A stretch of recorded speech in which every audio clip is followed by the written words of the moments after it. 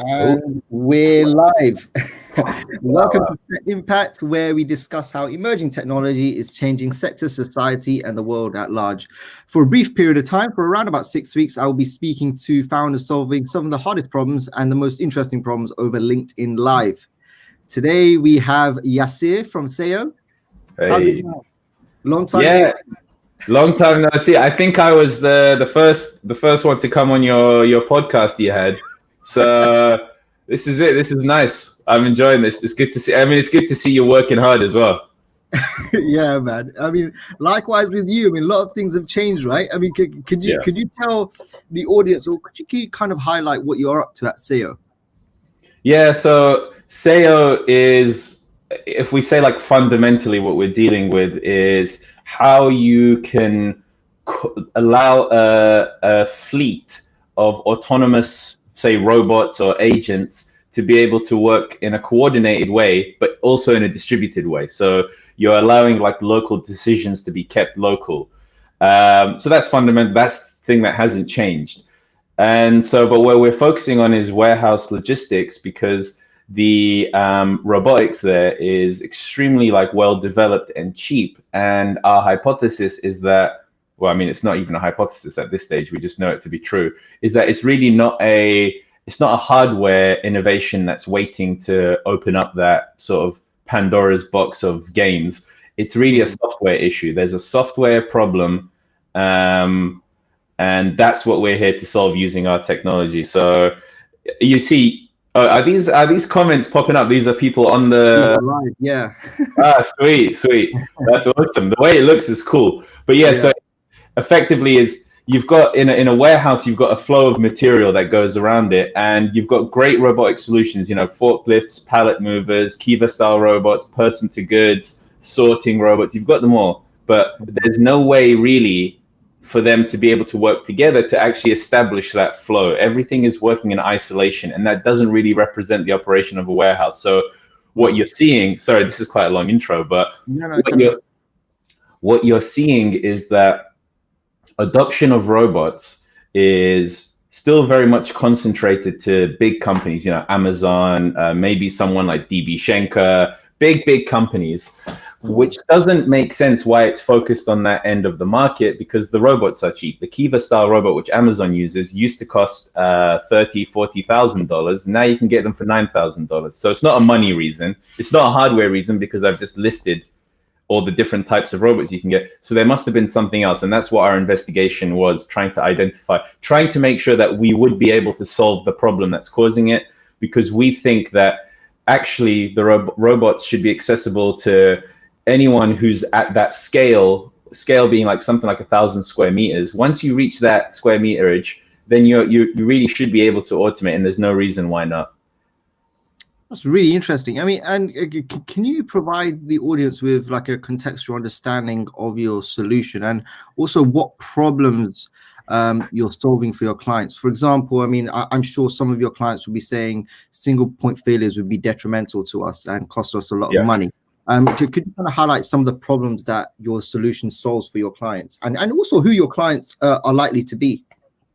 Yeah, okay, good. That's a good question. So that we're solving, like in terms of timeline, there's a problem we're solving today and problems that we're solving over time. So the problem that we're solving today is, I mean, I don't like the word interoperability too much because it implies a lot, but it's about how you can have these different types of robots, how you can make them aware of each other so that they can, interact with each other. And so I guess, this is, I assumed, background awareness of what Seyo is doing from the audience, but what our core technology is like a distributed agent layer. It's like, it can exist on hardware, or it could be virtualized like in a server or something like that. But what it is a piece of software that instead of the robot connecting directly to the server, the robot connects to the agent, and the agent at the robot facing side of it has like a drive. Oh, sorry, I'm trying to figure out where I am in the camera. Has like a driver that's similar to like a USB driver. Yeah. And that driver will tell the agent, okay, when I'm talking to this robot, this is how I decompose this broad mission into small tasks. So what that allows is it means that the server doesn't care about the hardware anymore. It doesn't really care specifically how something is going to be completed. It just cares that the agent it's speaking to is able to complete that task. That's the first thing. And then the robot, likewise, doesn't really care how the server is going to present something. It just cares that when it gets to it, it's presented in a way that it understands. So that's the interoperability problem. And what that creates is ability for someone like a customer, say one of the pilot customer we have coming up, the ability for them to, you know, start a small picking zone. The pick zone tends to be the highest value zone in a warehouse. That's where when an order comes in, it has 2 items. So they go to their warehouse and they pick the items, and then it goes into the packing room. The pick area is the highest volume of activity.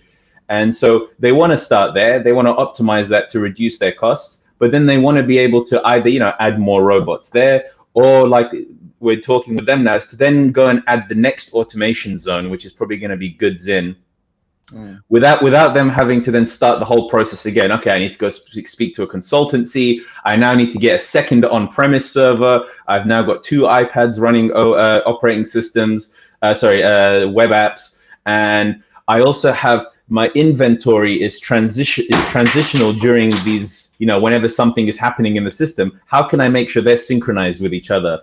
So it's going to end up with custom software, etc. So that's the first problem, is the interoperability issue. The second problem comes at scale. The first scale is we're talking about deployment scale. How many robots can a single cluster, can a single, you know, a specifically sized server, how many robots can it serve? Because our agent layer pulls some of the responsibility of the server onto the agent, which is there's an agent for every robot. And that takes things like traffic management, collision avoidance, but not using sight, collision avoidance using communications, and also like replanning, re-optimizing a path that gets pushed to the edge. So that means the server is really only doing very high level things. The server is taking the state from the warehouse management system and creating high level missions that need to be conducted.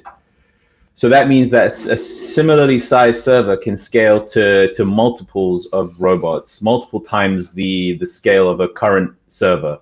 In terms of the scale, I mean, what does the scale look like? So, for example, I mean, for somebody that doesn't understand, I mean, would your technology or the technology that you're using work for a factory that's deploying, say, 20 robots, and in the same capacity be able to work with clients that are, or like a client that needs about 2,000 robots? What's the variance, and like where do your users or your current clients or users kind of lie within that variance?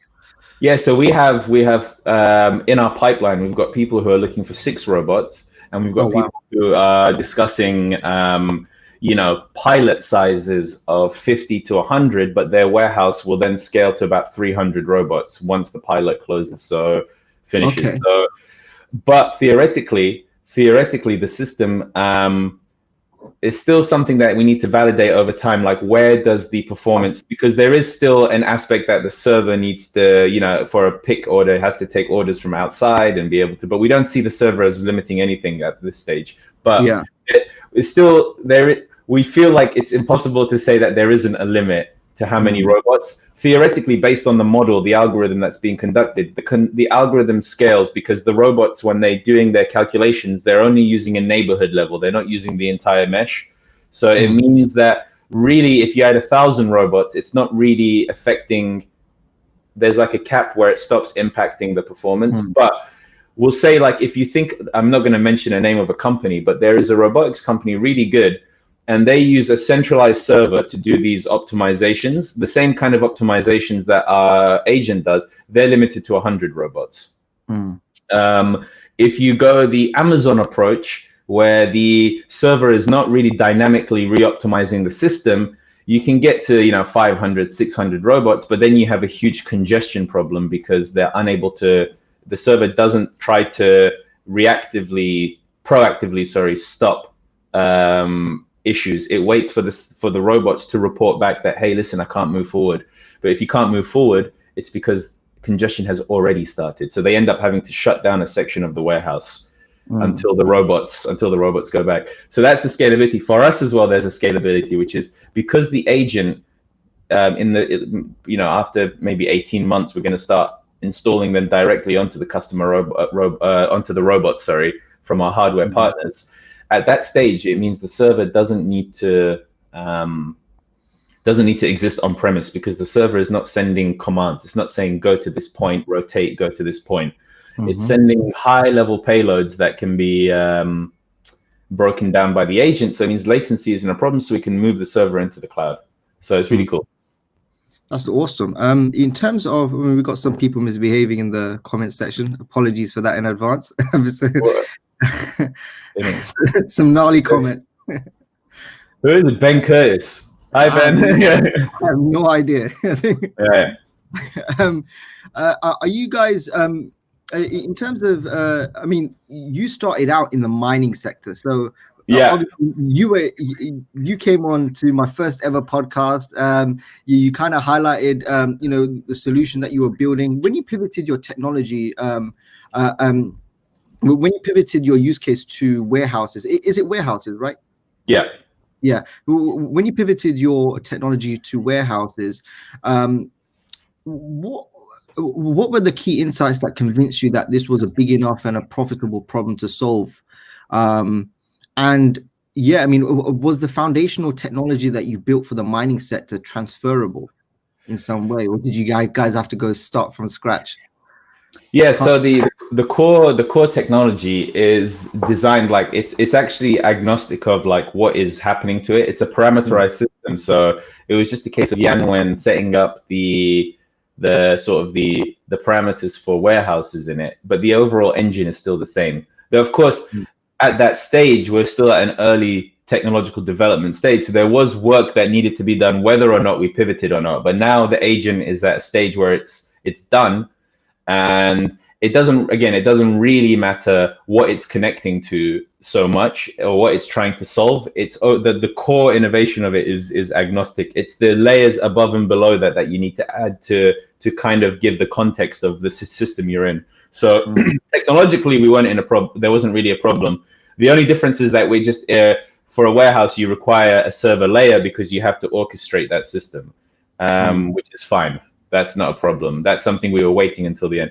Now, in terms of the pivot itself, so there is also like an element of we went through the EF process, and the EF process is quite an intense time period. It's very short. Like you probably got about 15 weeks from first entry to when you have to have your business case proposed.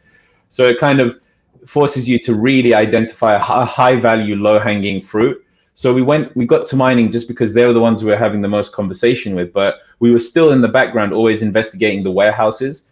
And with the warehouses, it was it seemed more likely to be the case that that's where we need to be operating, but we needed to validate it more. And at that stage, we just hadn't had the time you don't have time in 8 weeks to talk to all the sectors. So you start to like see who talks to you and trying to, it's crazy.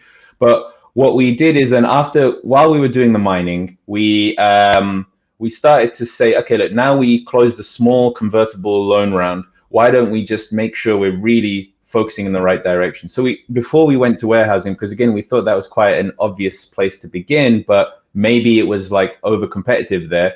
Let's check other things. Okay, we were doing mining. What about the drone market? Because drones seem to be popping, but we realized that drones are actually fairly undeveloped at this stage. Okay, no offense to any drone companies. I don't mean drones are undeveloped, but I just mean like the business cases are still being developed. It kind of has that cryptocurrency feel to it where it's the technology is very clear and that killer use case is still being identified. But a lot of it is energy asset management, and you can send one drone up there and do it. So the idea of like a fleet of drones is still far away. So we said, okay, look, we've disproved that. Let's talk about where we really see the thing is going to be effective. And we looked at warehouses again. We talked to robotics companies. We talked to the manufacturers. We talked to the warehousing people. And what was interesting is like the first couple of warehouses and consultants, etc., were a little bit well, especially the consultants were a bit like, oh, this is a solved problem, but we realized they were talking about completely old, like conveyor belt system. They have these control systems that connect them up. So we identified that the consultants is not ready to talk to them just yet. But then we talked to the warehouses and they identified the problem and they agreed with it. And then one of them even became our first customer, who's so excited by it because they just want, especially the timing for us was interesting as well. We identified the problem, we started to fundraise just as COVID hit. And then suddenly the automation of warehouses became a huge narrative because you've got fulfillment centers are being told to operate reduced staff during the highest level of e-commerce sort of transactions. So they need to fulfill the most orders with their most streamlined stuff. So suddenly you're seeing people like, what the hell do I do? So it was an interesting learning process. And even once we identified that problem, you can see like the website is a little bit out of date. We were still really refining what is the thing that the customer wants the solution to appear to do. Like, although it does everything, what is the thing that sticks to the customer the most? So we're still, I mean, like the investor deck is like version 9 at this stage. Oh, wow. Okay. Wow. Yeah. Because you're cute. I mean, I think I asked you the question during our first podcast, but I think, I mean, you might have a concrete answer now. I mean, what have you learned about deciphering feedback from your customers or potential users now? Because now, you know, you're building a mature technology, you're building a technology that's desperately needed. Yeah, I mean, what have you learned about deciphering the right feedback and being able to implement the right feedback? Yeah, this is a very interesting thing because I was talking to our chief architect who's joined us, Quirino, and he actually gave it a term. He said in software, they call something, forgive me, Quirino, if I say this wrong, but requirement elicitation. So it's very different to going to the customer and saying, well, what do you want? And then I go to the developers and I say, hey, guys, here's a list. Please implement all of this. What you need to do is you talk to the customer, you see what they say, and you try to map that into some kind of, you know, how does this impact the business? Like, is this function, like say the customer says, I want to be able to sync the robots to set my alarm at 7 o'clock. That's not really a business function. That's that particular customer has a specific requirement and maybe they can use if this, then that and sort that out themselves. It's not really something we need to be solving. So it's I guess the important thing we were starting to figure out is like you can't just go to the customer and say, hey, what do you want? Because they'll give you an answer, but the answer might be in the context of what they think is possible. So you need to take that answer and say, okay, well, they said this, but if they knew this, if they knew what we knew, could it map to this even more interesting function? So then you can go back to them and say, you know, what one of them actually, here's a way that we did something. I don't want to talk too much about it because it's like a differentiation point, but it's going to be very vague. But the customer was finding it hard to grasp what the implementation looked like. So they described something to us and we said, well, who wants to read a PDF? So we did something else instead. I'm sorry for being vague, but this is still very early days and I don't want to put this out in the public. But so we did something else for them because we said, look, they don't know that we can do this. What if we did that and showed it to them? And when we showed it to them, they're like, oh my God, yeah, now let's have a better conversation. I'm not asking details of, you know, what does the robot do? How does the shelf look? It was much more about operational things. So like, what's the throughput of this? How do we do that? What's the UI going to be like? We just made the conversation more interesting, and it was taking what they said and trying to not just map it to what affects us as a business, but also like what they don't know. How could you expand that if they knew what we knew about the potential? Because a lot of your customers aren't building their own tech products, so they don't know what the capability of technology is. That's really interesting because, I mean, I haven't heard it put it that way. So, you know, sometimes the customer doesn't know what they want and you kind of have to, and they don't know what's possible. It's that second thing that's more important. It's the second one. They don't know what's possible. So they might say to you, oh, I prefer if you explain it in bullet points. And I'm like, why explain it in bullet points? Why don't I do something even more, you know, interesting and show that to you? So it's about that the customers, especially if you're doing, if you're doing developer tools for developers, they know what's possible, so they'll be a lot easier to map what they say to a function. If you're going to an operator of a warehouse whose background is in like logistics and supply chain, they have no idea. Again, I'm not belittling their technique. There might be some that do, but generally speaking, their expertise isn't in the capabilities of software and hardware at the cutting edge. It's about, implementation, operations. So you need to be able to take them to a point that's more exciting than they think that they could get to. And that's interesting. And so when you decipher that feedback from them and you figure out what they're trying to, you're trying to figure out what problem they're trying to solve for themselves. I mean, what's the thought process around getting that feedback? So obviously they don't know what's possible with technology, but when they give you an answer of, okay, when they give you their perspective on what can be done better, are you guys asking, are you guys trying to map towards a future that you think that they could have, or are you, I mean, it's a delicate balance between listening to the problem that they have and then mapping towards your future, right? It's quite a nuanced process. Yeah. So it's, I mean, that comes to the two things is figuring out what they don't know and how you can take their feature request or their like identification of a problem beyond what they imagined, because you know the technology more. But then the second thing is like looking at your business. Like, of course, it's a balance, because you need to pivot if the market isn't there. But if you have a strong hypothesis and there is a core market there, like say the head of the market, to 80% of the market is operating in that hypothesis, then you shouldn't pivot just because one customer says, I actually would prefer if you did drones first. Drones is a very different thing. But you need to figure out what it is who your customer. I'm really bad at doing like UX stuff, etc., and user personas, but it was very helpful for us to be able to set up at least a high level view of who we should be talking to. So what are the minimum requirements for us to be able to say this customer is a good customer for us to talk to, and then which customers are the ones we should say, hey, listen, what you're talking about, it's a little bit beyond what we're doing at the moment. Will probably make sense if we talk a year from now. So it is exactly like you're saying. It's like you need to balance it.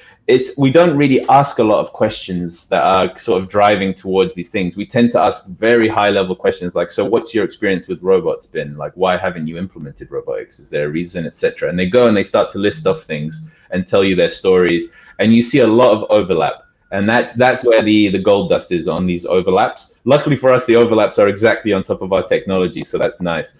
But then the bits on the edge, those are the tail problems. And those are the ones that if you find a good enough grouping of these tail end complaints, that's where you can start to differentiate or even like multiply or improve the overall ecosystem. Again, without going into too much detail, because it's something we're still evaluating, but what we're seeing is, okay, fine, there's a technological problem that solves the operation of the robotic warehouses, but there are a lot of things around the broader ecosystem that our sort of tools that we're building internally for us can actually be applied to and make the whole ecosystem a lot friendlier, accessible, allow people to understand more what's going on without having to engage with like consultancies, etc. So that's one of the problems that we've identified through conversation. And we say that this is actually, it's not a pivot, it's something that can happen in parallel, and it's worth us investigating because it does a lot for us as well. So it's a tough one. What the question you ask hard questions, man. And I mean, the beauty with deciphering feedback is it always changes, right? I mean, yeah, it always changes, and you kind of have to be flexible with how you decipher feedback as well, right? Yeah. You also have to have a good team around you. So if you have a good team that you can bounce ideas with, and they don't just say yes all the time, then you're in a situation where if I was on my own, there's a risk that I'd say yes to everything and come back and ruin our product pipeline. But because we always get together, the core, me, Anwen, and Quirino, we get together, well, not physically anymore, but we get together and we discuss, and then Yanwen will bite me, and then Quirino will spit at me, and then at the end of it, I'm like, disheveled, but I'm like, you guys are right. That's true. I was wrong. So there was like a big thing we did internally where like the focus of the product, what is its responsibility? That was something, it was a lot of discussion. We got to a point where just before bed, I was like, you know what, Karina's right. Well, I was wrong. And that was just through a lot of good discussion and justification and good team and deciphering, and also like being sensitive to like topical things. So like if a customer was like, I want robots that wear masks, you're going to be like, you're just worried about COVID. That's not really a long term. You don't want to be solving a temporal problem, like a problem that exists in a point in time, because that's gonna disappear. But you want to solve something that helps the situation, and then even if that situation resolves itself, it's still adding value. So automation isn't a COVID thing. Automation is boosted by COVID, but automation is something, it's like everyone using Hangouts, and sorry, no one uses Hangouts except for us, but it's like everyone using Zoom. There were so many companies who said, we just can't do what we do using Zoom. Then COVID happened and it forced them to say, we need to look at our digital policy, how we're going to, it wasn't a case that they couldn't do it. They just never had the impetus to like actually evaluate what they're doing. And it's the same thing. I mean, as a company, where are you guys at right now? Are you hiring? Are you fundraising? How far have you got down the pipeline with your customers? Talk to me. Yeah, so customers, we've got about, we just had another customer come in sort of inbound. So we've got about 200 to 300 robots in the pipeline, which is good for us because our goal for the next 18 months is to close about 270 robots across like 7 to 9 projects. We have one confirmed project starting in January with a 3PL in the UK, third-party logistics, 3PL, and they basically fulfill on behalf of other brands. So that's an exciting project. So that's going well. The product is going really well. We've got that thing that we identified that can happen in parallel that we can develop. That's really exciting as well. In terms of fundraising, I've technically been fundraising since demo day, EF demo day, but really this focused fundraising started in March. We look like we're going to be in a good place in like 2 to 3 weeks maybe. There's a question here. How do you build trust? Many customers have been burned by tech companies. That's a really good question. We'll cover that after we right, yeah. So we're fundraising. It's looking like a 1.5 to 1.8 mil size round. I'm not going to name who the investors are just yet because it's yet to be signed, but it's going well. Like when we were doing it before, after we came out of EF, we just really didn't have a customer segment or a product that was identified. So when we get into VC meetings, it was just this amorphous mess where we're talking about the year 2050.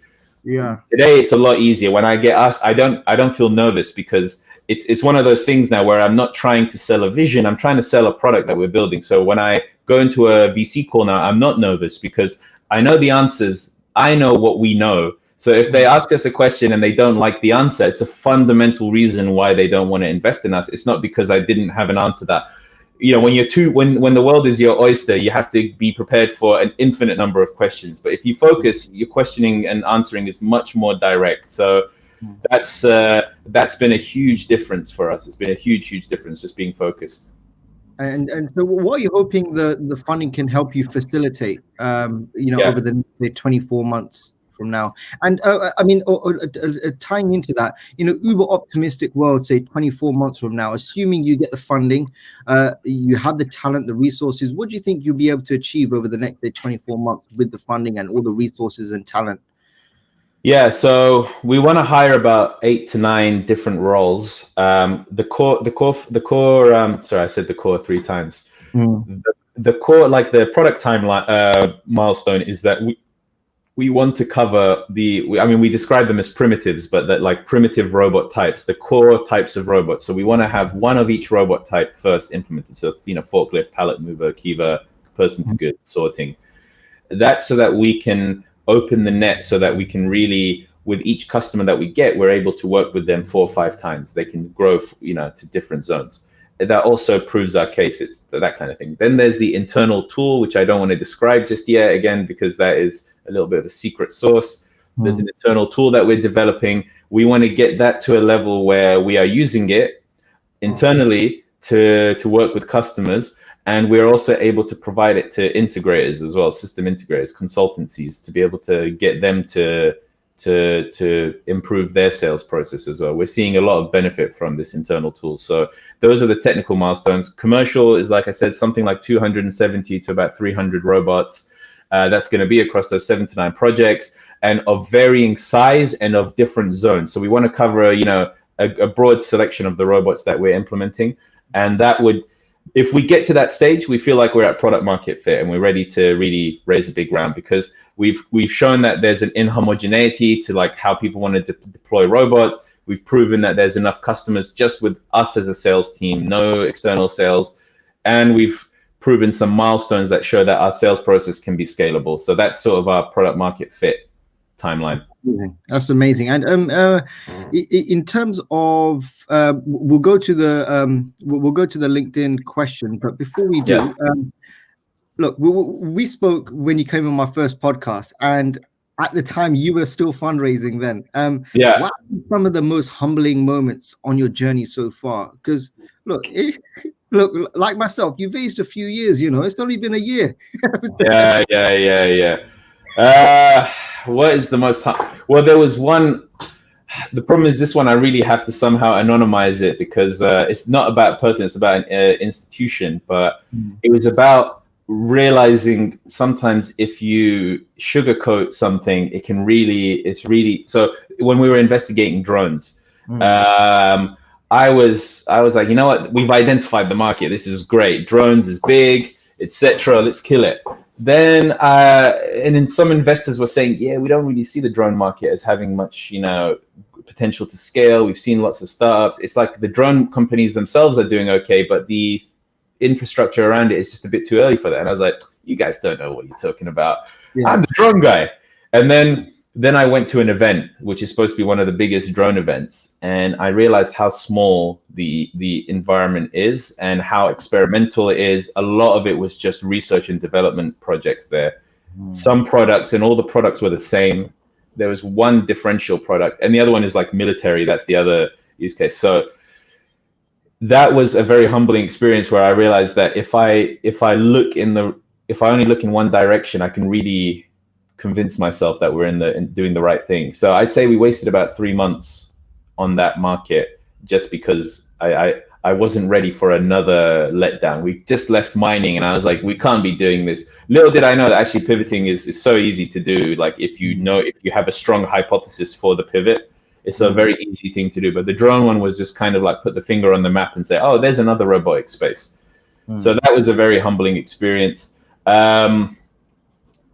That's probably the biggest one. I mean, apart from all the rejections, after demo day, when we were talking, I spoke to about 80 to 100 VCs over 3 months. Because of my demo day pitch was like funny and entertaining, everyone wanted to see me and say Seyo later. So and I came out of that experience, out of a demo day on a high, like, hey, I'm gonna raise a 10 mil round. Look at this schedule I've got. Came out of it like came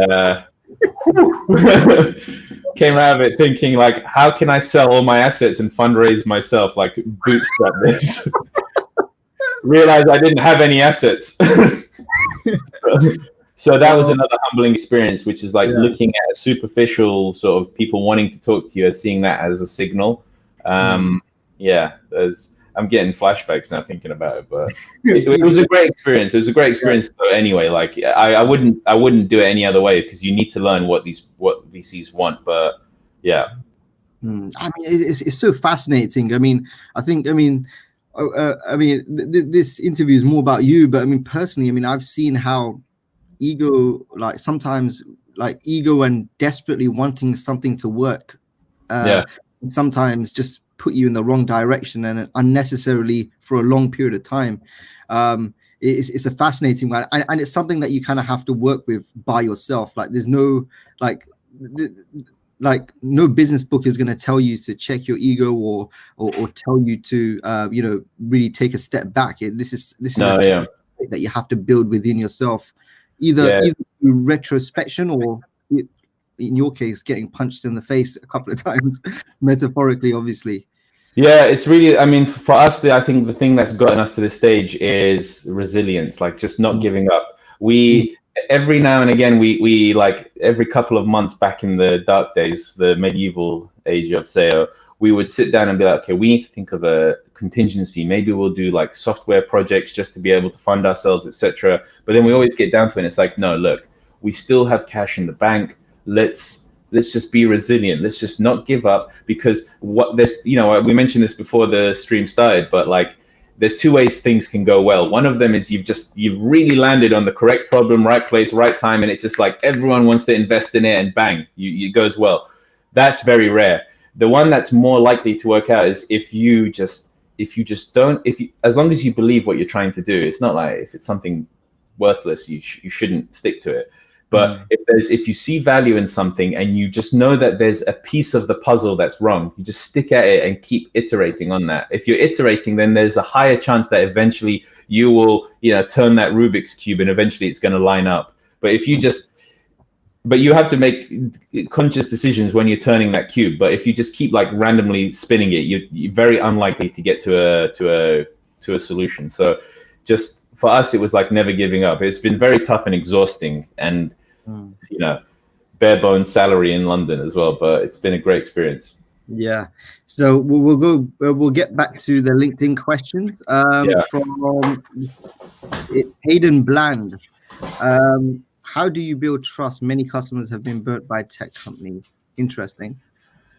Yeah. So this one is a very important one for us, because one thing we can't do is Pandora's box. This Ben Curtis is on it.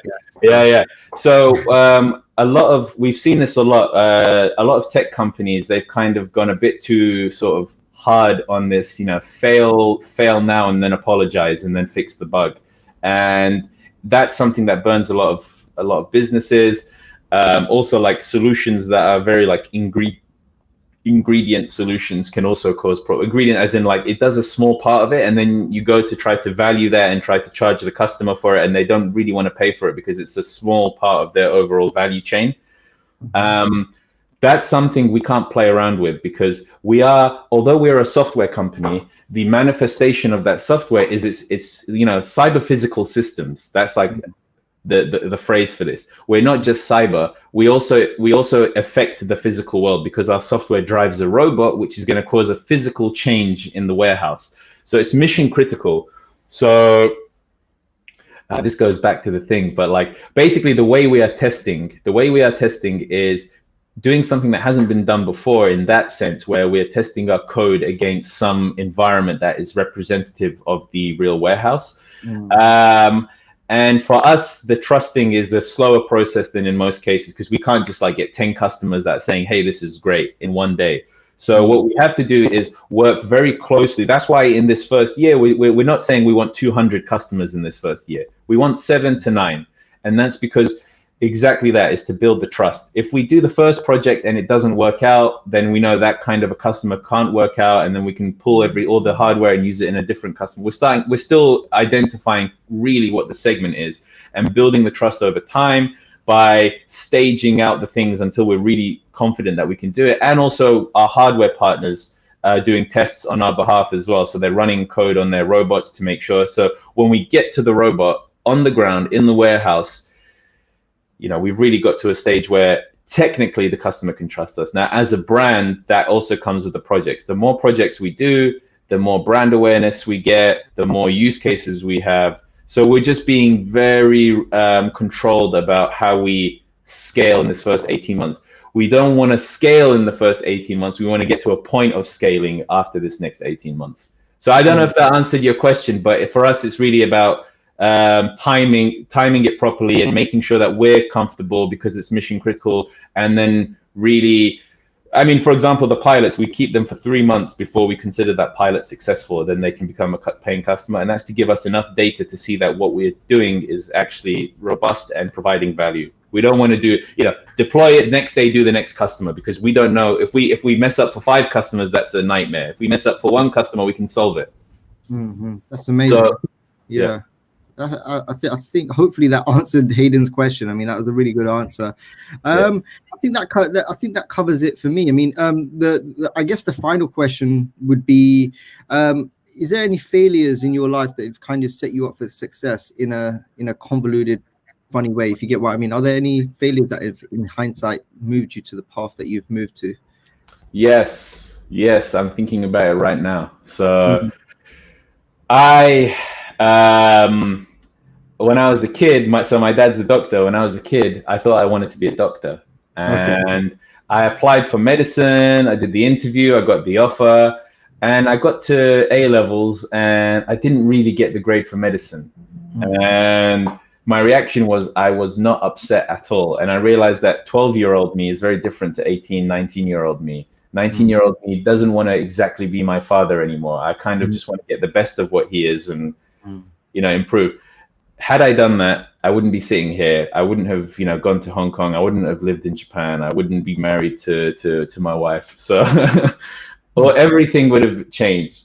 There's a George Michael song that I always think about, which is "Turn a Different Corner," and we probably wouldn't have met.